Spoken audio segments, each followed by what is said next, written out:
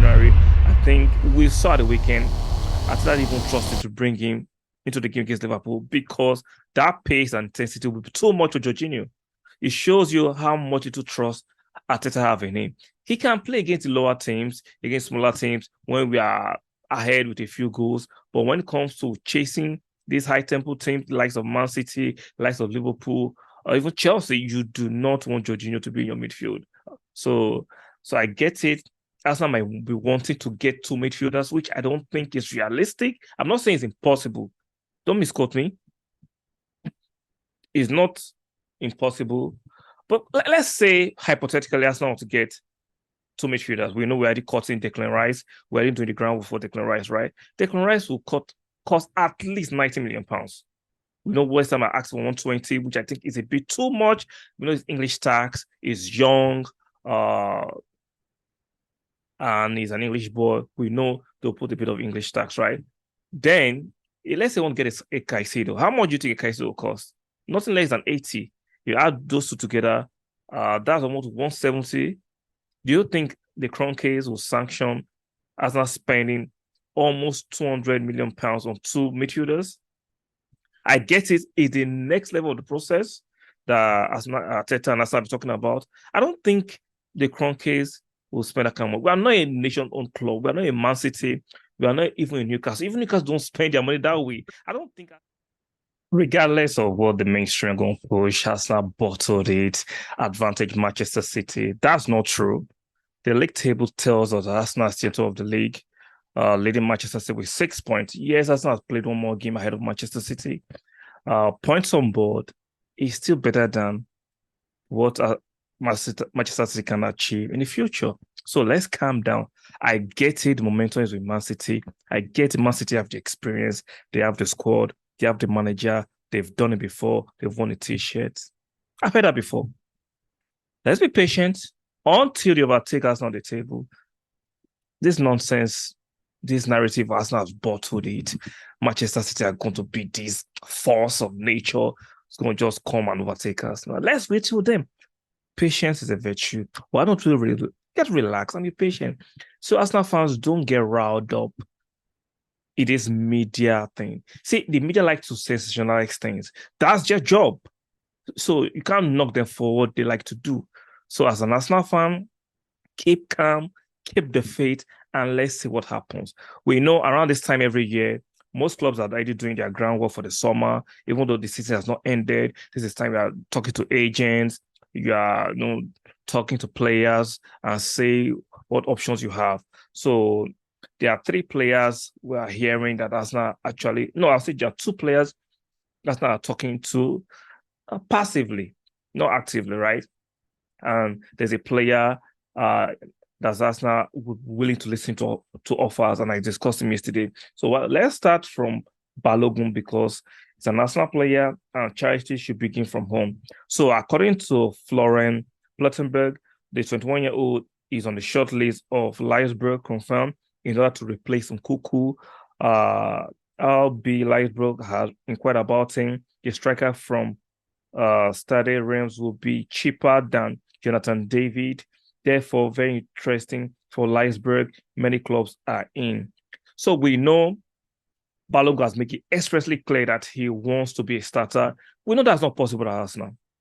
So let's not miss words. That's not possible. He's going to start ahead of Jesus or Trossard or even Ketia, who will resume training today. So that's not possible. We know RB Leipzig sold their striker to Chelsea in the summer and got him on loan for the rest of the season. So, I think January or summer, but they got him on loan for the rest of the season. But he'll be going to Chelsea this summer, so they need a replacement, and they're interested in Balogun. I've made it clear, I'm not missing my words, and some of you might not like it. Balogun needs to be sold. Like I said, you cannot devalue him by keeping him. All this nonsense of let's integrate him to the squad back and see where it goes, even though we have Champions League football, Balogun is not good enough for us now for the next level. It's not. The pressure at Arsenal is higher than the pressure lies at Rams, where he's playing on loan right now, or Leipzig. RB Leipzig he'll be going to. So those pressure are different things. Arsenal is different kettle of fish. Arsenal is a bigger club. Arsenal will be returning back to Champions League after some years out of the Champions League. We need to bring in quality. Like I said, the players we even have right now, he is not good enough to dislodge them. So it's time to sell him. Some of you are attached to the player, and I get your sentiment and I respect your opinion, even though I don't think your opinions are right. So we need to sell him. You can't keep every player. Every player that comes from the academy will not make it. Stop attaching your sentiments and your emotions to players. Attach to the club. Players will come and go. The club will remain. So for me, let's get a decent money from Leipzig and sell Balogun and let's keep it moving. Maybe you can attach a buyback clause. Maybe in the future, if it becomes decent. There is, for me, personal opinion, I don't think he's going to become this world-class striker. Most of you are overly optimistic about. He's not going to be that player. So get your points out of the bunch and get realistic. Get realistic. Not every player will be world-class. Stop it. So let's go to another player that was an Ajax prodigy who went to Bayern, I think last summer. That is Gravenberg. According to reports, Arsenal is monitoring him and the situation at Bayern, but no negotiations yet. A lot of competition with Odegaard, Xhaka, Partey, Jorginho, but nevertheless, he could get more playing time there. Now it all depends on Tuchel. For me, Jorginho for me is not an option. I think it's possible to sell him, even though we bought him in January. I think we saw the weekend.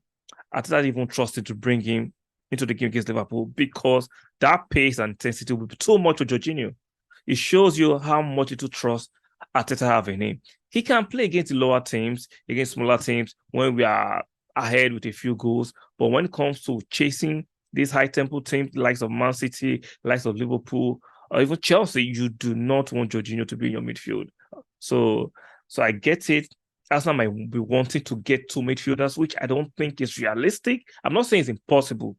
Don't misquote me. It's not impossible. But let's say, hypothetically, Arsenal want to get two midfielders. We know we're already cutting Declan Rice. We're already doing the ground for Declan Rice, right? Declan Rice will cost at least £90 million.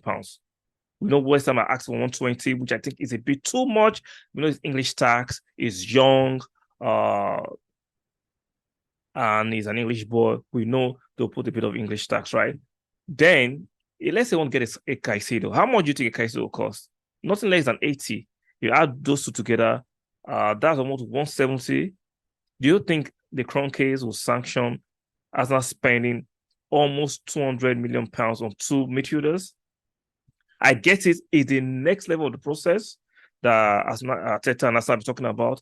I don't think the Kroenkes will spend that kind of money. We are not a nation-owned club. We are not a Man City.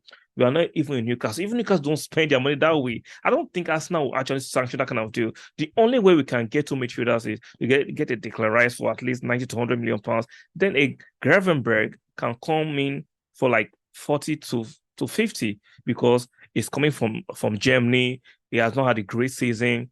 Bayern did not pay anything for him. For him, they got him on a free, so we can get. So by that estimation, that'll be like a 150 to 140 million pounds on two midfielders. Then that's feasible. Then that is doable. Even though I don't think Arsenal might do it, but it's not impossible to invest because we'll be in the Champions League and you need quality players because play Champions League and the league, you need quality players. And likes of Jorginho, we know they can't do it. El Neni is on his last legs. We don't know how much energy he has to go for the last season he'll be at Arsenal. So I get it why people were pushing for two midfielders. Is doable at that price at 150, but our anything above 150, I don't think Arsenal can afford it. That's my personal opinion. I'm not saying Arsenal cannot do it. I'm not saying the Kroenkes go to that level.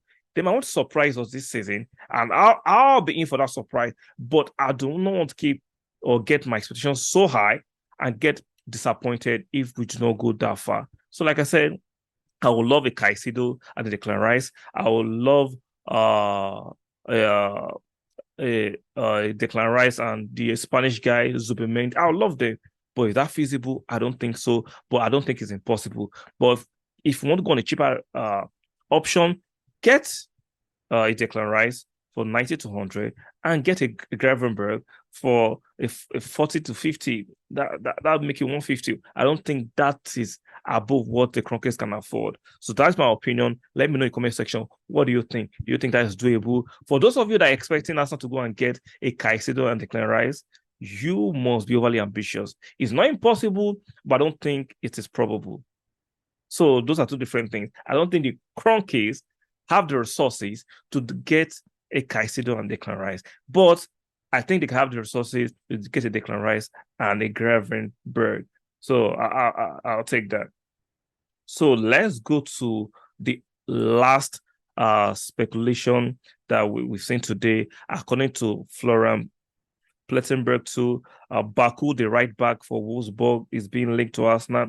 So being told that the 25-year-old right back is open to leave Wolfsburg in the summer, dream destination is England, and is on the short list of Arsenal, confirmed. Interest from Spain as well. Price tag is around £15 million.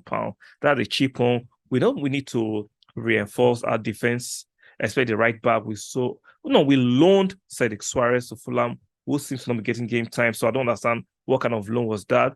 Right now, we are short defensively because of injuries to Tomiyasu.